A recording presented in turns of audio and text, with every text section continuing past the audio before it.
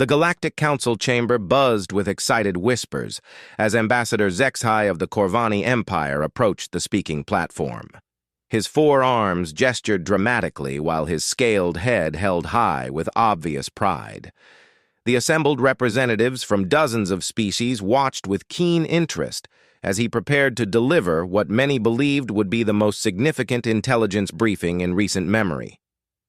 "Honored delegates," Zexhai began, his voice carrying the confident tone of someone who possessed valuable secrets. "Today, I bring you news of a species so remarkably weak that they present no threat whatsoever to our expansion into the Outer Rim territories." A ripple of interest moved through the chamber. The Outer Rim had been contested space for generations, with multiple species claiming rights to its resource-rich systems. Any intelligence about potential competitors was invaluable. "The species calls themselves humans," Zexhai continued, activating a holographic display that showed images of Earth and its inhabitants. "They evolved on a small planet in what they call the Sol system. Physically, they are completely unremarkable. No natural weapons, no armor plating, no enhanced strength or speed. But what makes them truly pathetic is their overwhelming weakness of character." The hologram shifted to show various scenes of human behavior. Children being helped across streets, rescue workers pulling survivors from collapsed buildings, medical teams treating wounded enemies during conflicts. The alien delegates watched with expressions ranging from confusion to disgust. "Observe their behavior," Zexhai said with obvious disdain. "They consistently show what they call compassion even to their enemies. During their own internal conflicts, they have established what they call rules of war. They refuse to target medical facilities. They provide aid to wounded enemies. They even have laws preventing them from using certain weapons they consider too harmful." Ambassador Threshka of the militant hierarchy leaned forward in her seat. Her people had built their empire through overwhelming force and showed no mercy to conquered populations. "You mean they voluntarily limit their own military effectiveness?"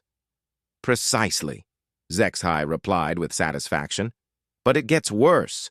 They have created something called the Geneva Conventions that restrict how they can treat prisoners of war. They are required to provide food, medical care, and humane conditions to captured enemies. Can you imagine anything more foolish?" A series of amused, chittering sounds came from the swarm delegates, whose species consumed their enemies alive. The concept of caring for prisoners was indeed alien to most of the assembled species. The holographic display continued showing human behavior. Emergency responders risking their lives to save strangers. Soldiers carrying wounded comrades to safety instead of advancing. Medical personnel treating injured civilians during active combat zones. Their military doctrine is built around minimizing civilian casualties, Zexhai explained. They will abort advantageous attacks if there is risk to non-combatants. They provide warning before bombing targets to allow evacuation. They have entire organizations dedicated to providing aid to their enemies after conflicts end. Commander Vrex of the Steel Legion shifted his massive bulk in his reinforced seat. His species had conquered half their galaxy through total warfare tactics. "This compassion you describe, it sounds like a severe mental illness. Are they capable of learning proper behavior?" "That is the most amusing part," Zexhai said with what passed for a smile among his people. "They seem to view this weakness as a strength. They speak of concepts like honor and morality as if these limitations somehow elevate them. They actually take pride in showing restraint." The chamber erupted in various sounds of amusement, species that communicated through clicking mandibles, others through harmonic vibrations, and still others through pheromone releases, all expressed their entertainment at human foolishness. "What of their technology?" asked High Engineer Qualteth of the Constructor Caste. "Surely they must have some redeeming military capabilities?" Zexhai's expression grew even more satisfied. "Their technology is indeed advanced, but again limited by their pathetic nature.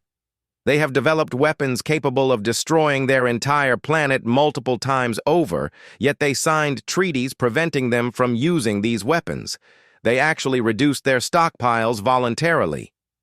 They disarmed themselves? High Engineer Qualteth's optical sensors dilated in disbelief. Not completely, but significantly. They maintain only enough nuclear weapons for what they call deterrent effect. Meanwhile, they have invested heavily in what they call clean energy and medical technology. Instead of perfecting instruments of war, they focus on extending life and reducing suffering. The Predator Collective's representative, a being whose species hunted sentience for sport, let out what could only be described as laughter. They sound like prey animals that have achieved technology through accident. Surely they cannot have spread beyond their homeworld with such attitudes. Actually, they have, Zexhai admitted, but their expansion proves their weakness further. When they encounter other species, their first instinct is to attempt communication and establish peaceful relations. They send exploratory missions with minimal armament. They offer food, medical aid, and technology to less advanced species they encounter. They seem to genuinely believe that other species will respond with similar kindness. The chamber fell into a stunned silence. The concept was so foreign to most species present that they struggled to process it. You mean they make first contact with potential enemies while carrying supplies to help those enemies? Ambassador Threshka asked slowly. Exactly. They have what they call the Prime Directive that prevents them from interfering in the development of less advanced species. They will watch civilizations destroy themselves rather than intervene if they believe it would be culturally contaminating. More sounds of amusement filled the chamber. Several delegates began speaking excitedly among themselves about the implications. What about their individual psychology? Asked Dr. Yith Ara of the Science Consortium. Surely some among their population display proper predatory instincts. Some do, Zexhai acknowledged, but these individuals are considered aberrant by their society. They have created elaborate systems to identify and constrain what they call antisocial behavior. Those who show proper aggressive instincts are imprisoned or forced into rehabilitation programs designed to make them more compassionate. They punish strength and reward weakness? Dr. Yithara's interest was now clearly scientific rather than military. Systematically. They have concepts called war crimes and crimes against humanity that specifically punish effective military tactics. Their greatest heroes are often those who showed mercy when they should have shown strength. They literally tell stories to their children about the virtue of helping enemies. The display shifted to show human entertainment media, movies where heroes saved villains, literature promoting forgiveness and redemption, children's stories emphasizing kindness to all creatures. Their cultural programming begins in infancy, Zexhai continued. They teach their young that violence should be a last resort. They promote sharing resources with those less fortunate. They encourage their children to feel empathy for all living things. By the time they reach adulthood, most humans are psychologically incapable of proper military thinking. High Commander Drakthos of the destroyer fleet leaned back in his command throne. His species had perfected warfare through selective breeding and psychological conditioning that eliminated all forms of mercy. This presents an unprecedented opportunity. If we move quickly, we could control their territories before they even understand they are under attack. My thoughts exactly, Zexhai agreed. Their resources are substantial. Their star system alone contains enough rare minerals to fund military campaigns for centuries. But more importantly, their technology could be invaluable once we remove the artificial limitations they have imposed upon it. What kind of limitations? High Engineer Qualteth's practical mind was already calculating possibilities. Their artificial intelligence research is constrained by what they call ethical guidelines. They refuse to create AI that could harm humans. Their genetic research is limited by bioethics. They could have created perfect soldiers through genetic modification, but they consider it morally wrong. Their nanotechnology development is restricted to medical applications because they fear weapons applications. The constructor cast representative's optical sensors brightened with excitement. Unlimited nanotechnology research, enhanced AI development, unrestricted genetic modification. The military applications alone would revolutionize warfare. Precisely why we must act quickly, HFY said. Other species have begun to take notice of human space. The longer we wait, the more competition we will face for these resources.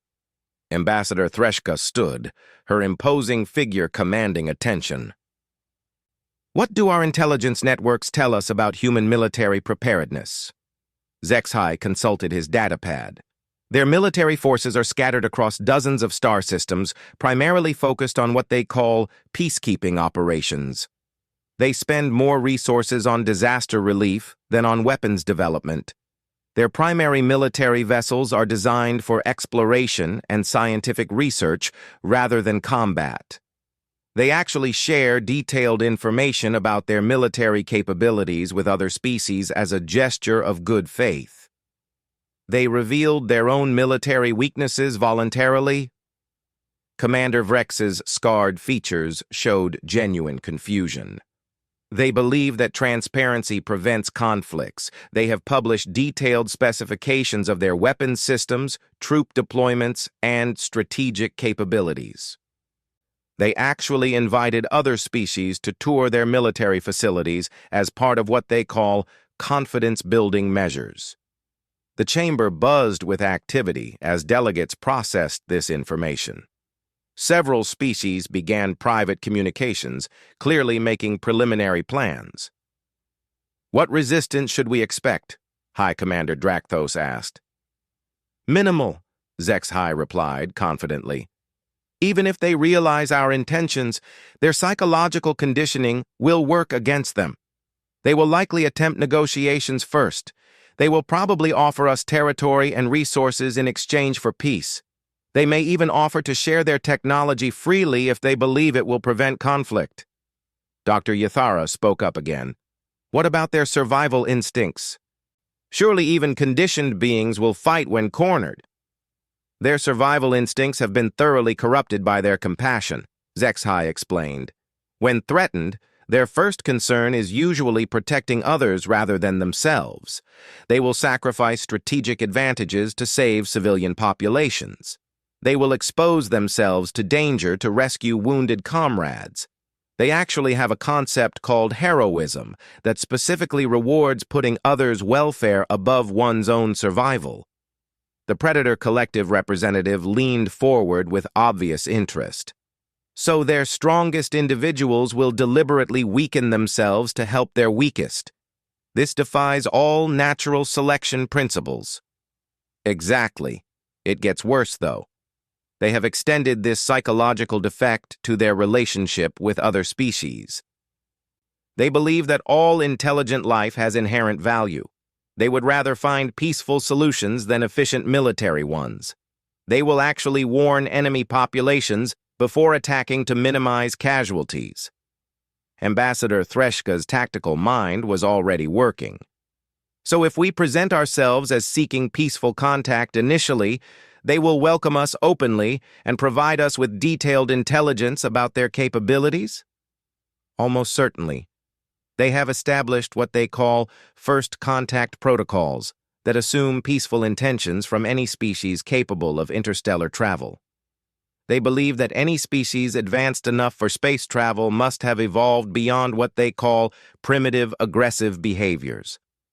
The chamber fell silent as delegates absorbed the full implications. Here was a species with advanced technology, rich resources, and strategic positions throughout the outer rim, yet they were psychologically conditioned to avoid effective self-defense. High Commander Drakthos finally spoke. When do we begin? HFY smiled with anticipation. I have already taken the liberty of preparing preliminary contact scenarios.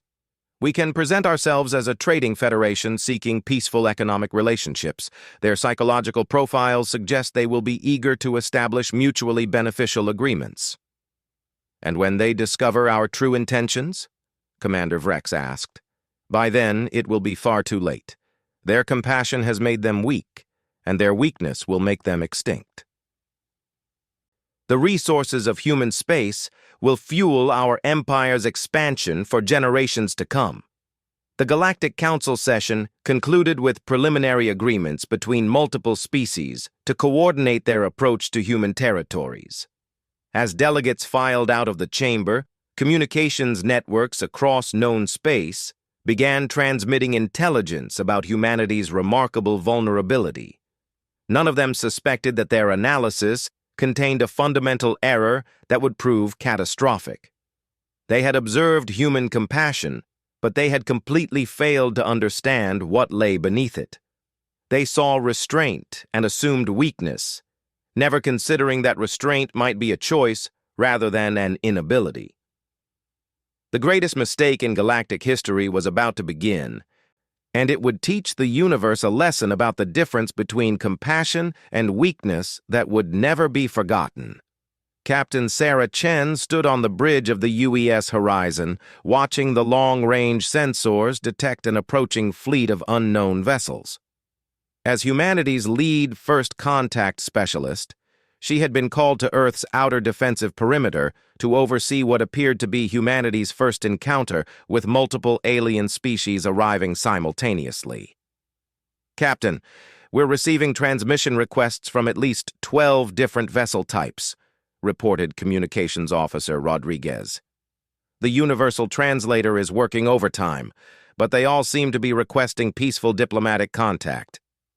Chen smiled, feeling the familiar excitement that came with potential first contact scenarios. Humanity had been exploring the galaxy for decades, always hoping to find other intelligent life. Open channels to all of them. Let's welcome our new neighbors properly. The main screen divided into multiple windows, showing various alien species.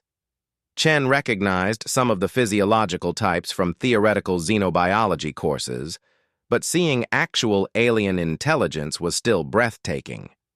A scaled being with 4 arms spoke first. Greetings, humans.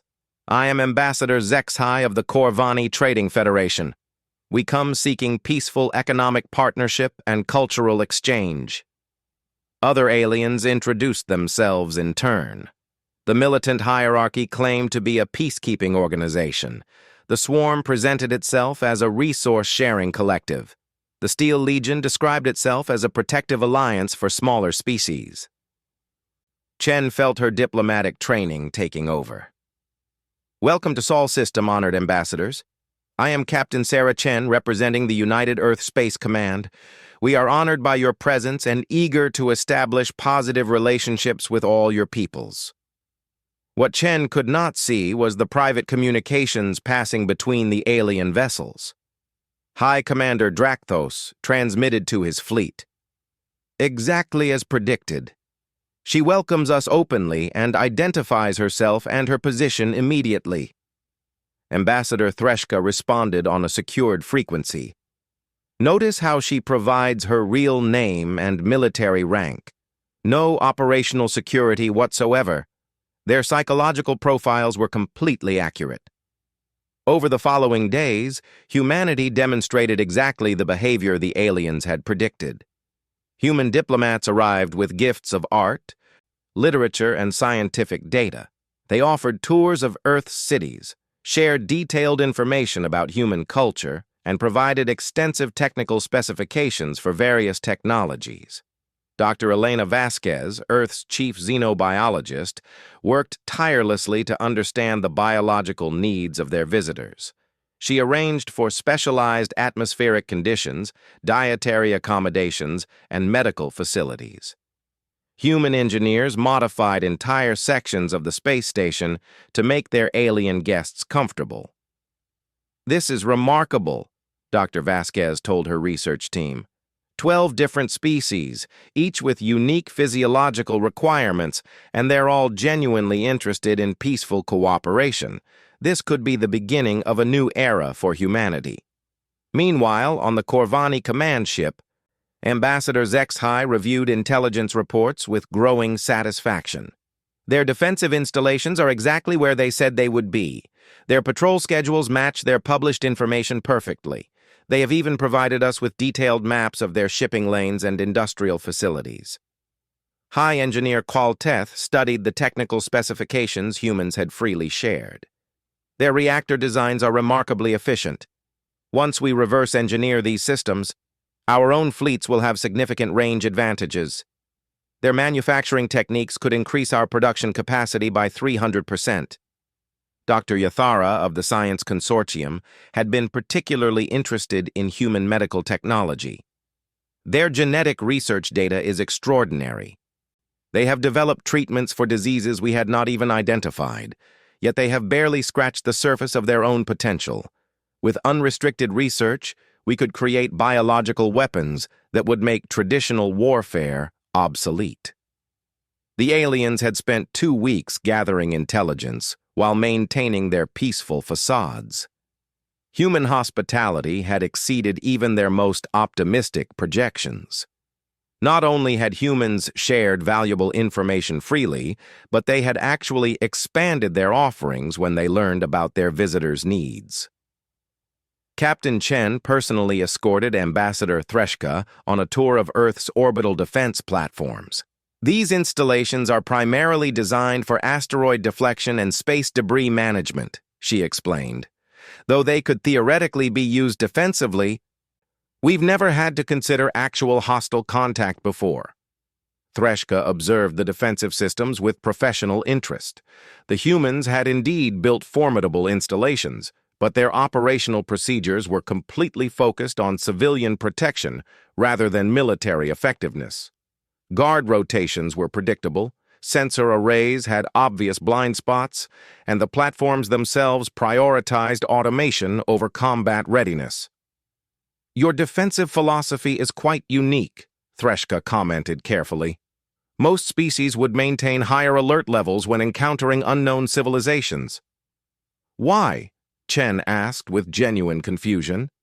"You've all demonstrated peaceful intentions and shown interest in mutually beneficial relationships. Maintaining aggressive postures would be counterproductive and potentially insulting." That evening, the alien coalition held an encrypted conference to finalize their attack plans. Representatives from all 12 species participated, reviewing the intelligence they had gathered and confirming their coordinated assault timeline. "Human military assets are distributed exactly as their public records indicated," reported Commander Vrex. "Their defensive installations prioritize civilian protection over strategic value. Their fleet deployments focus on exploration and disaster relief rather than territorial control. Their industrial capacity is impressive but completely vulnerable," added High Engineer Qualteth. "Manufacturing facilities are located based on resource availability and population centers rather than defensive considerations. Capturing their production capability will be trivial." High Commander Drakthos reviewed the tactical assessments. "Their psychological conditioning is even more severe than our initial intelligence suggested. They appear genuinely incapable of considering hostile intent from species that claim peaceful purposes. Even their military personnel lack basic operational security instincts." Ambassador HFY coordinated the final details. "We strike simultaneously across all human territories. Primary targets are their industrial worlds and fleet bases. Secondary targets are population centers with significant technological infrastructure. The humans will likely attempt surrender negotiations rather than prolonged resistance." What none of the aliens realized was that their own intelligence gathering had been observed and analyzed. Human AI networks had been monitoring communication patterns, behavioral analysis had noted inconsistencies in alien responses, and military intelligence had identified coordination between supposedly independent species. Admiral William Hassan, the commanding officer of Earth's Space Defense Forces, reviewed the assessment reports in his classified briefing room. Unlike the civilian diplomats, military personnel had maintained standard intelligence protocols throughout the first contact process. "Sir," reported Colonel Maria Santos, his chief intelligence officer, "pattern analysis confirms coordinated surveillance behavior from all 12 alien delegations. Communication intercepts suggest multiple species working in cooperation, despite claiming to be independent entities." Admiral Hassan studied the data displays with growing concern. "What's your assessment of their intentions?" "Hostile, sir. Behavioral analysis indicates they are gathering intelligence for potential military action. Their questions consistently focus on our defensive capabilities and resource locations. Several delegations have attempted to access restricted areas using diplomatic privileges as cover." "What about the diplomatic teams? Have they reached the same conclusion?" Colonel Santos hesitated. "No, sir. Diplomatic personnel interpret the behavior as natural curiosity about a new species. They believe the aliens are simply being thorough in their cultural exchange efforts." Admiral Hassan considered the situation carefully. Humanity had indeed developed strong traditions of peaceful conflict resolution and diplomatic solutions, but those traditions had evolved alongside equally strong traditions of strategic thinking and military preparedness. The aliens had observed human compassion, but had failed to understand human pragmatism. "Colonel, implement Condition Yellow throughout the fleet. Begin discreet defensive preparations, but maintain normal operational appearances. I want our people ready without alerting our guests to any changes in our alert status." "Should we inform the diplomatic teams, sir?" "Not yet. If we're wrong about alien intentions, revealing our suspicions could damage the relationship permanently. But if we're right, our response needs to come as a complete surprise. Continue monitoring and prepare contingency plans for all scenarios." Across human space, similar conversations were taking place. Military commanders who had remained alert during the diplomatic process began implementing subtle defensive measures. Patrol schedules became less predictable. Sensor arrays received updated programming. Fleet positions shifted according to emergency protocols rather than published schedules. The aliens continued their intelligence gathering, unaware that their own behavior was being analyzed by observers trained in recognizing hostile surveillance. Human military doctrine had always emphasized the importance of understanding potential threats while maintaining peaceful appearances. On the swarm hive ship, Queen Vextha communicated with her warrior castes about human vulnerability. "The prey species shows no defensive awareness.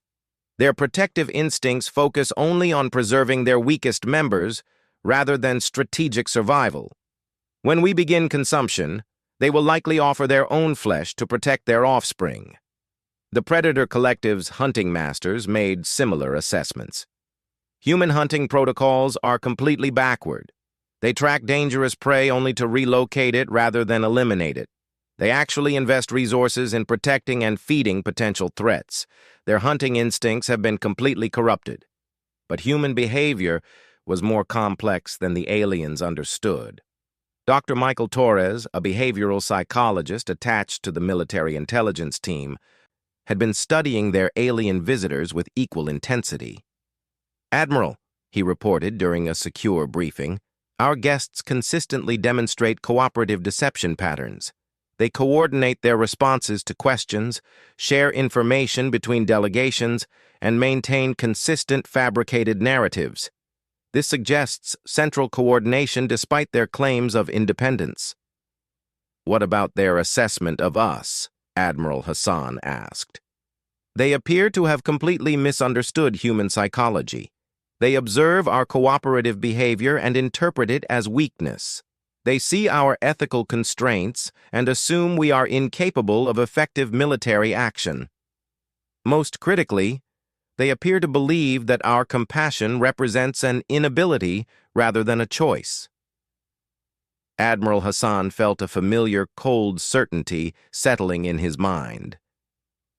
He had hoped humanity's first contact with alien intelligence would be the beginning of a peaceful galactic community. Instead, it appeared to be the prelude to an attempted genocide. Doctor, in your professional opinion, what happens when these species discover they have misjudged us? Dr. Torres considered the question carefully. That depends on how severely they have misjudged us, sir. If they believe we are completely helpless and discover we are merely restrained, they might attempt to withdraw and recalculate. But if they commit to aggressive action based on complete misconceptions about our capabilities, they will face the full weight of human military doctrine, Admiral Hassan finished. The same species that developed rules of war also developed the strategies those rules were designed to contain. Exactly, sir. They have observed our civilized behavior during peacetime. They have not observed what humans become when protecting our survival. 3 days later, the alien coalition implemented their attack plan. 12 fleets struck simultaneously at human colonies and industrial facilities across the Outer Rim. The assault was coordinated, overwhelming, and designed to cripple human resistance before any effective defense could be organized. What happened next would shatter every assumption the aliens had made about human nature. The first indication of miscalculation came when human defensive systems responded faster and more effectively than predicted. Installations the aliens had assumed would be lightly defended revealed concealed weapon systems. Patrol ships that should have been easily overwhelmed coordinated sophisticated defense patterns. Ambassador HFY watched in disbelief as his carefully planned assault on the Kepler station met unexpectedly fierce resistance. How are they responding so quickly? Our intelligence indicated minimal defensive preparedness. The answer came from Human Admiral Chen's broadcast to the attacking fleets. Her voice was calm, professional, and completely unlike the accommodating diplomatic tone the aliens had observed for weeks. Unknown hostile forces, you have attacked civilian installations and killed non-combatant personnel. Your actions constitute unprovoked acts of war against the United Earth Alliance. You have 60 seconds to cease hostile actions and withdraw from human space. After that time, you will be engaged with full military force. There will be no further warnings. The aliens had 60 seconds to realize that compassion and weakness were not the same thing. They had 60 seconds to understand that humans had chosen restraint, not been limited by it. They had 60 seconds to learn the difference between civilization and helplessness. The lesson would be written in the wreckage of their fleets. The 60 seconds passed in stunned silence aboard the alien command vessels. Ambassador HFY stared at his tactical displays, watching human defensive systems that should not have existed coming online with terrifying efficiency. Weapon platforms that his intelligence reports had classified as civilian infrastructure revealed themselves as heavily armed military installations. "Impossible," he whispered, as his sensors detected energy signatures from human ships that exceeded every projection his analysts had made. Their published specifications were completely wrong. High Commander Drakthos watched his assault fleets encounter resistance patterns that defied everything he understood about human military capabilities. Human vessels moved with precision that suggested advanced tactical training. Their weapon systems demonstrated power levels that made his own armaments seem primitive. Most disturbing of all, their coordination was flawless. "Admiral," his tactical officer reported with growing alarm, "the human vessels are not responding according to our behavioral projections. They are not attempting to negotiate. They are not prioritizing civilian evacuation. They are engaging our forces with maximum aggression." The truth was becoming horrifyingly clear to the alien coalition. They had not encountered a weak species that prioritized compassion over survival. They had encountered a species that was so supremely confident in its military capabilities that it could afford to be compassionate by choice. Admiral Hassan's voice echoed across all human communication networks as Earth's full military doctrine was implemented for the first time in generations. All units, Condition Red is now in effect. Rules of engagement are unrestricted. Hostile forces have demonstrated intent to commit genocide against civilian populations. Response authorization is total. The words that followed would haunt alien survivors for the rest of their lives. Compassion protocols are suspended. What happened next taught the galaxy a lesson about the nature of human warfare that had been hidden beneath centuries of civilized behavior. The species that had created detailed rules about protecting prisoners and minimizing civilian casualties had also created the most efficient military machine in known space. Human vessels that had appeared lightly armed revealed modular weapon systems that could be reconfigured in minutes. Civilian cargo ships transformed into assault platforms as hidden military components activated. Industrial facilities that the aliens had targeted for easy capture turned out to be heavily fortified production centers for military equipment. Commander Vrex watched his elite Steel Legion forces encounter human ground troops and felt a cold terror unlike anything he had experienced in centuries of warfare. The humans fought with tactical sophistication that made his own battle-hardened warriors look like untrained civilians. "They are not fighting like prey animals," his field commander reported. "They demonstrate no fear, show no mercy, and coordinate at levels that suggest cybernetic enhancement. Every human soldier appears to be an elite specialist." The truth was simpler and more terrifying than Vrex could have imagined. Humans had developed their compassionate civilization precisely because they understood their own capacity for violence. Every ethical constraint, every rule of war, every diplomatic protocol had been created by a species that knew exactly how destructive they could become when those constraints were removed. Dr. Elena Vasquez, the xenobiologist who had worked so hard to accommodate their alien guests, watched the tactical feeds with scientific detachment. "Fascinating," she noted in her research logs. "Our visitors completely misunderstood the relationship between intelligence and aggression in human evolution. They assumed our cooperative behaviors indicated weak survival instincts." Her analysis was transmitted to military commands across human space, adding scientific context to the strategic assessments.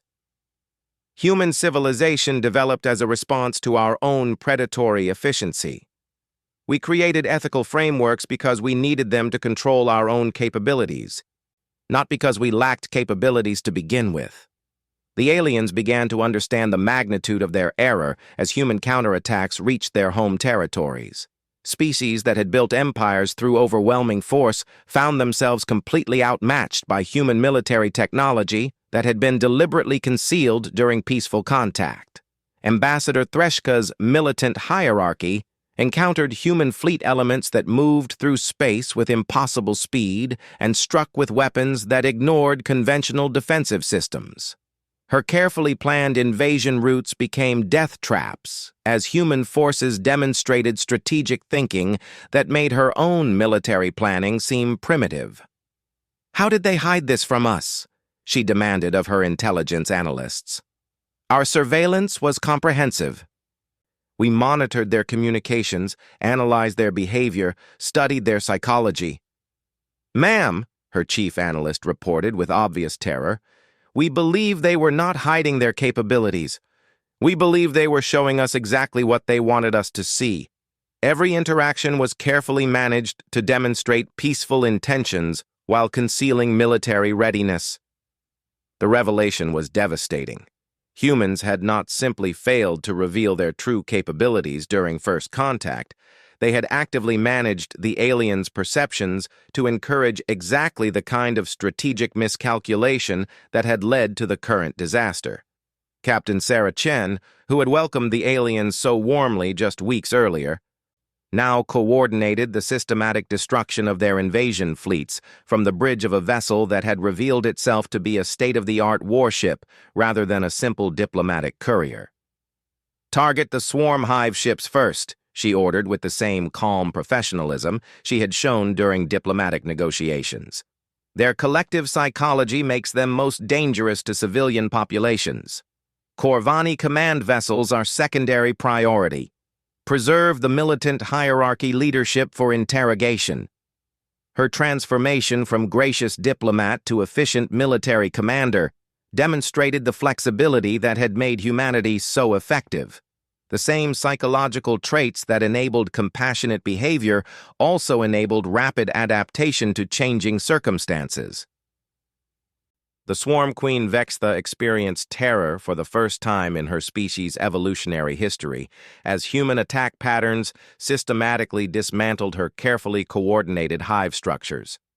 Human weapons seemed designed specifically to exploit weaknesses in collective intelligence systems that the humans should not have known existed.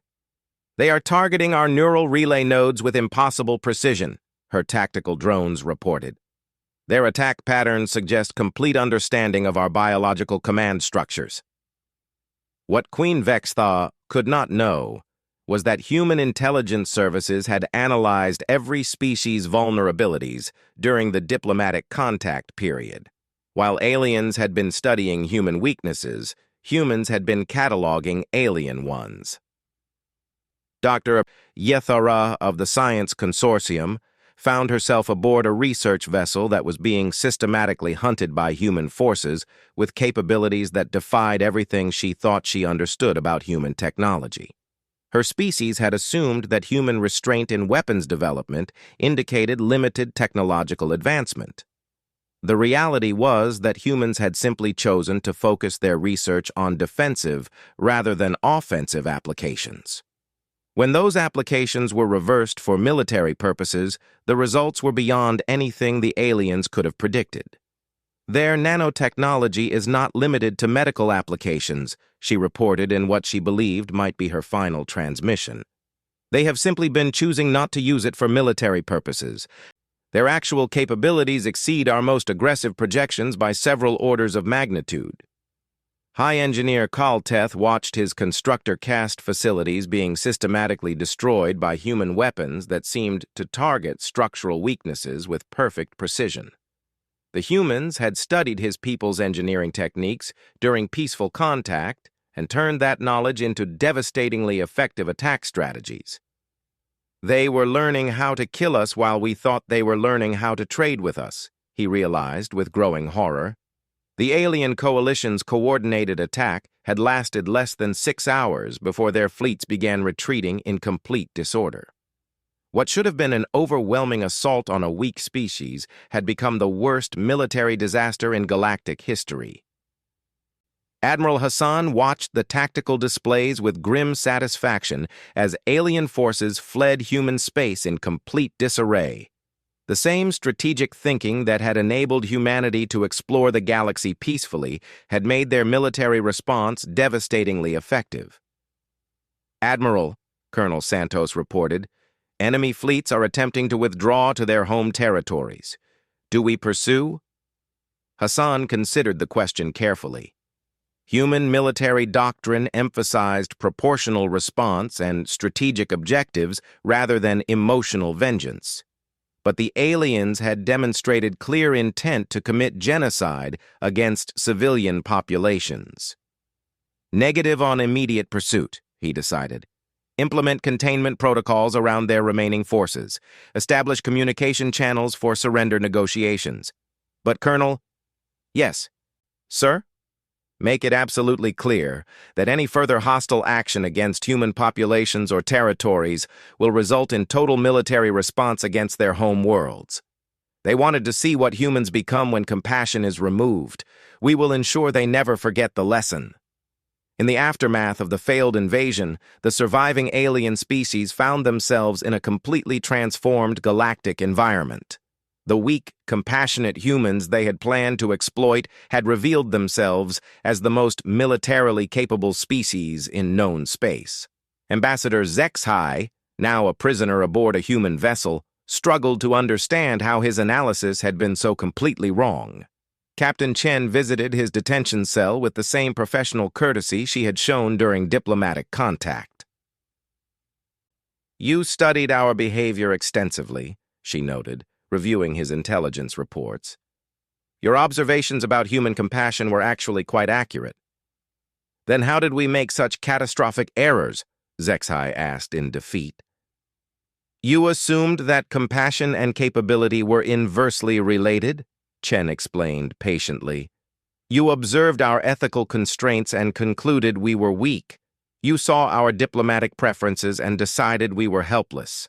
Most critically, you believed that choosing restraint was the same as being forced into restraint." She activated a holographic display showing human military capabilities that had existed throughout the period of alien observation. "We have maintained military preparedness equal to or superior to any known species for centuries. We choose diplomatic solutions because they are more efficient, not because they are our only option." Zexhai stared at the display showing weapon systems, defensive installations, and fleet capabilities that exceeded anything his empire had ever conceived. "Why hide this from us?" "We did not hide anything," Chen replied. "We simply did not volunteer information about capabilities you had not asked about. When you inquired about our defensive systems, we showed you exactly what you requested to see.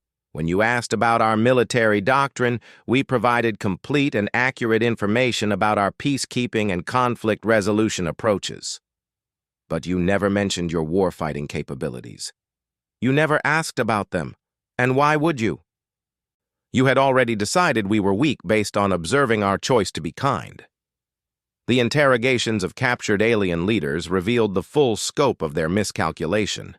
Every species had made the same fundamental error, interpreting human civilization as a sign of military weakness, rather than recognizing it as evidence of controlled strength. Dr. Torres included their case study in his final report. The alien coalition observed human behavior during optimal conditions and assumed those conditions represented our limitations rather than our preferences. They failed to consider that a species capable of creating complex ethical frameworks might also be capable of suspending those frameworks when necessary. Across the galaxy, the news of humanity's defensive victory spread with unprecedented speed. Species that had been considering similar aggressive actions against human territories quickly abandoned those plans. Others that had dismissed humans as irrelevant to galactic politics suddenly sought diplomatic contact. But perhaps the most significant change was in human policy itself. The failed alien invasion had demonstrated that compassion could be misinterpreted as weakness by species that did not share human values. While humanity would continue to prefer peaceful solutions, they would never again assume that other species shared their ethical preferences. Admiral Hassan's final report to the Earth Council summarized the strategic implications. "We have learned that our compassionate approach to interspecies relations, while morally preferable, must be backed by clearly demonstrated capability. Showing restraint without showing strength invites exactly the kind of miscalculation we have just experienced. The alien species that survived the encounter with unrestricted human military capability would spend generations recovering from their losses. But they would also carry with them a lesson that would reshape galactic politics forever. Compassion was not weakness, restraint was not inability, and mercy was not the product of helplessness, but of choice. The humans had demonstrated all of this in the span of 6 hours, when their compassion ceased and their true nature was finally revealed. The galaxy would never make the mistake of underestimating them again. Years later, as new species encountered humanity for the first time, they would hear stories about the great miscalculation. They would learn about the species that was so confident in its strength that it could afford to be gentle, so secure in its capabilities that it could choose compassion, and so certain of its survival that it could prioritize the welfare of others. They would learn, above all, never to mistake human kindness for human weakness. The lesson had been taught. The price had been paid in alien blood and shattered fleets, and the galaxy would remember.